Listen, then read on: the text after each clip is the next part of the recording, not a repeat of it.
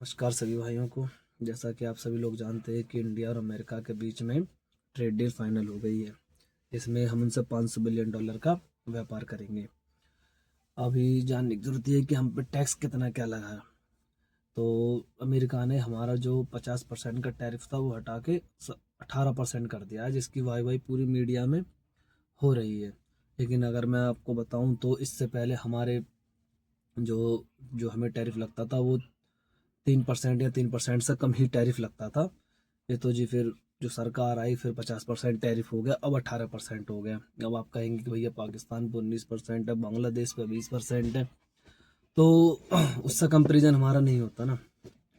अब हमें उनके साथ 500 बिलियन व्यापार करना है। अब आप ये चीज़ समझो कि हमारी जो बनाई हुई चीज़ें हैं वो वहाँ जाएंगी, उन पर 18% टैक्स लगेगा।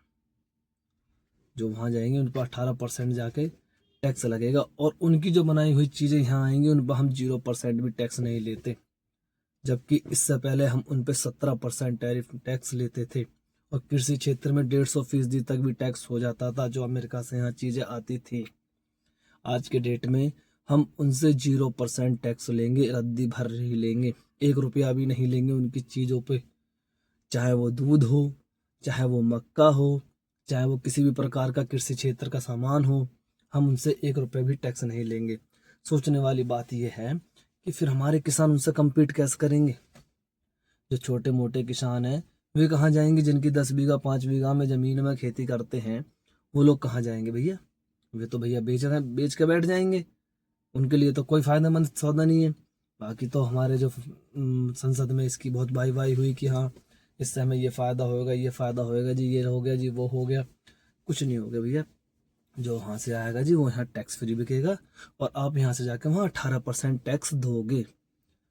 तो ये डील साइन हुई है। अब इसको कॉम्प्रोमाइज डील कहो चाहे कैसे भी कहो। अब आप ऑटो सेक्टर देखोगे, उसे देखोगे, लेकिन देश जो है वो भैया किसान प्रधान देश है हमारा, कृषि प्रधान, और वो कृषि से ही उन्नति की ओर बढ़ेगा। और जो है खाने को कृषि ही देती है, ऑटो सेक्टर तो बाद में देता भैया।